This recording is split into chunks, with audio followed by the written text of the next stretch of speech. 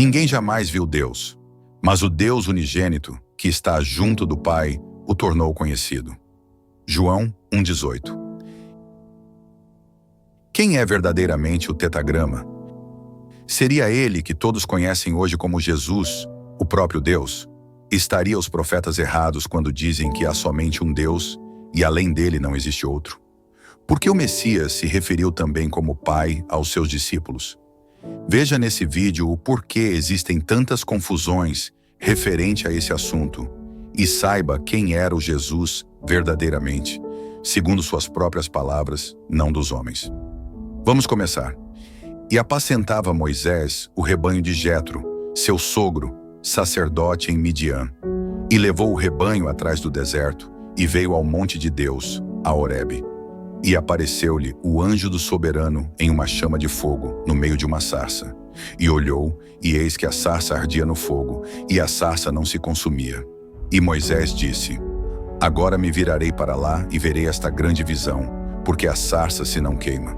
E vendo o soberano que se virava para lá a ver, bradou Deus a ele do meio da sarça e disse: Moisés, Moisés! E ele disse: Eis-me aqui. E disse: Não te chegues para cá. Tira os teus sapatos de teus pés, porque o lugar em que tu estás é terra santa. Disse mais: Eu sou Elohim de teu pai, o Elohim de Abraão, o Elohim de Isaque e o Elohim de Jacó. E Moisés encobriu o seu rosto, porque temeu olhar para Elohim. Então disse Moisés a Deus: Eis que quando vier aos filhos de Israel e lhes disser: O Deus de vossos pais me enviou a vós, e eles me disserem: Qual é o seu nome? Que lhes direi? E disse Deus a Moisés: Eu sou o que sou. Disse mais: Assim dirás aos filhos de Israel: Eu sou, me enviou a vós. E Deus disse mais a Moisés: Assim dirás aos filhos de Israel: Aquele que é o Deus de vossos pais, o Deus de Abraão, o Deus de Isaque e o Deus de Jacó, me enviou a vós. Este é meu nome eternamente, e este é meu memorial de geração em geração. Nos dias do Mestre, os judeus presumiam que havia apenas um Deus, que seria o tetagrama, hoje mundialmente conhecido por Jeová ou Javé. Em Isaías condensa esse entendimento quando diz: Assim diz Iaú, rei de Israel, e seu redentor, Iaú dos exércitos. Eu sou o primeiro e eu sou o último, e além de mim não há Elohim.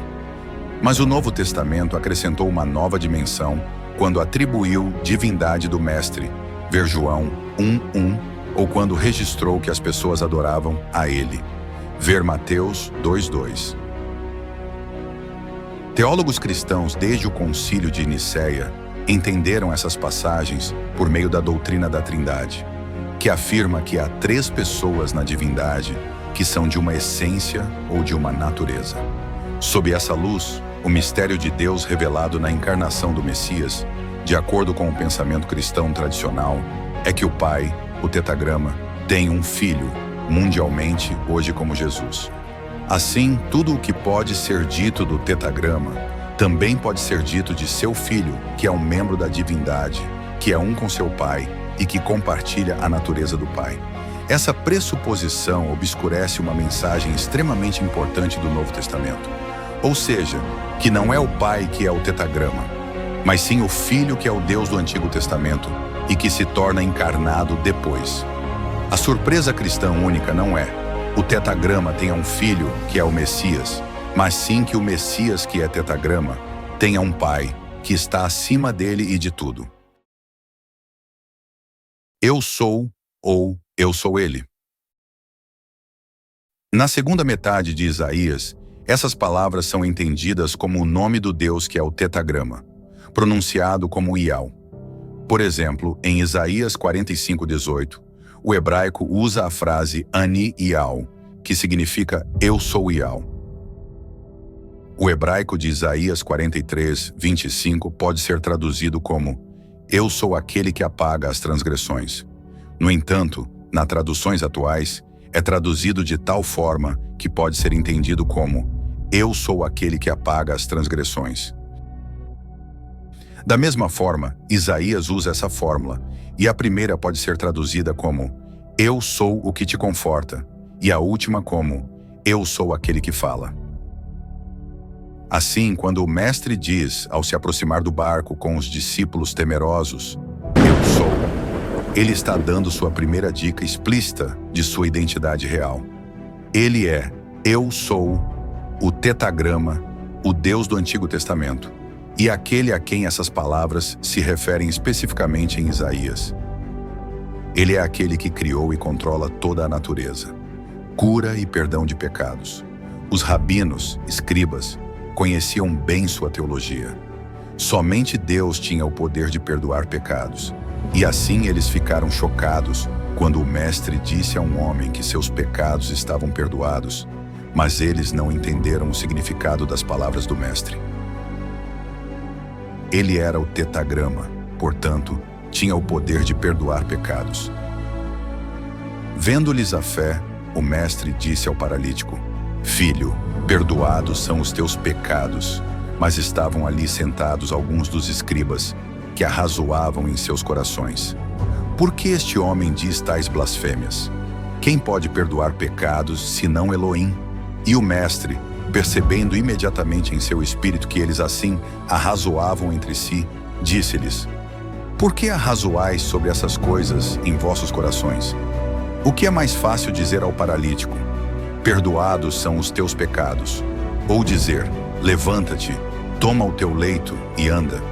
Mas para que saibais que o Filho do Homem tem na terra autoridade para perdoar pecados, disse ele ao paralítico, eu te digo: levanta-te, toma o teu leito e vai para a tua casa.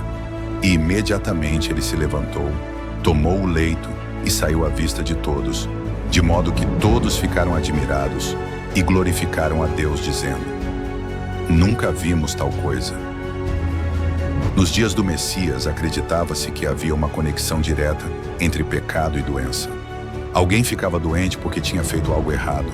Essencialmente, essa era a filosofia dos amigos de Jó, todos os quais tentavam confortar Jó, tentando fazê-lo admitir que havia pecado. Essa era a pressuposição que estava por trás da pergunta no Evangelho de João sobre quem pecou, o cego ou seus pais, já que o homem havia nascido cego. O texto-chave que relaciona cura e perdão de pecados é aos Salmos. Bendize a Iau, ó minha alma, e não te esqueças de nenhum dos seus benefícios. Ele é quem perdoa todas as tuas iniquidades, quem sara todas as tuas enfermidades, quem redime a tua vida da perdição, quem te coroa de benignidade e de ternas misericórdias, quem farta a tua boca de coisas boas, de modo que a tua mocidade se renova como a da águia. O Messias fez o que o tetagrama fez. Ele curou e perdoou. Muitos outros textos do Antigo Testamento poderiam ser citados que mostram que somente Deus perdoa pecados, enfatizando ainda mais a unidade do tetagrama e o Messias. Por exemplo, Moisés pede a Iau que perdoe o povo de Israel, o que Iau faz. Perdoa, peço-te, a iniquidade deste povo segundo a grandeza da tua misericórdia, e como tu perdoaste a este povo, desde o Egito até agora. E Iau disse: perdoei conforme a tua palavra. Outras passagens que reconhecem que Iau perdoa pecados são nos Salmos e Jeremias. O mestre faz o que o tetagrama faz, o Evangelho segundo João. Você não me conhece. Há um diálogo interessante entre o Messias e os fariseus em João 8. Eu sou aquele que testifico de mim mesmo, e o Pai que me enviou testifica de mim. Então disseram-lhe: Onde está teu Pai? O mestre respondeu: Vós não me conheceis, nem a mim, nem a meu Pai. Se me conhecesseis a mim, também conheceríeis a meu Pai. Os fariseus veem o Messias como um mero mortal, e talvez haja até mesmo uma sugestão de que Jesus foi concebido ilegitimamente em sua pergunta: Onde está teu Pai? O Pai de quem o Messias falava nunca foi conhecido pelos judeus, embora eles falassem de Iau como pai ou o vissem em um papel paternal. O Pai de quem os judeus falaram realmente estava entre eles, ou seja, o próprio Messias. Quem me viu a mim, viu o Pai. E como dizes tu, pois, mostra-nos o Pai. João 14.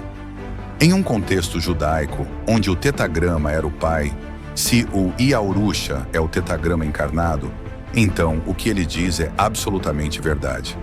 Aqueles que ouviram o Pai como eles entenderam essa palavra.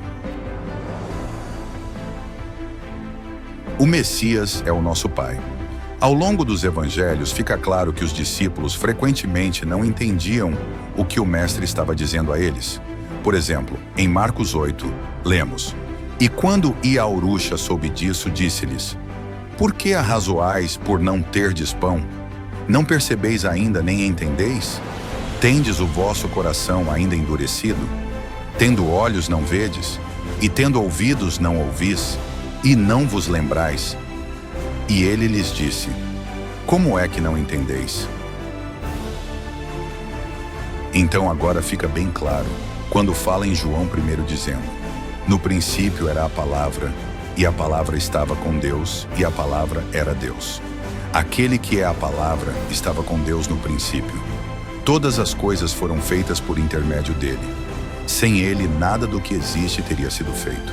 Nele estava a vida, e esta era a luz dos homens. A luz brilha nas trevas, e as trevas não a derrotaram. Eu sou a ressurreição. Eu sou a vida. Eu sou a luz dos homens. Eu sou sua cura. Eu sou o Espírito. Eu sou seu pastor. Eu sou ele. Eu sou seu pai. Eu sou o pai de vocês.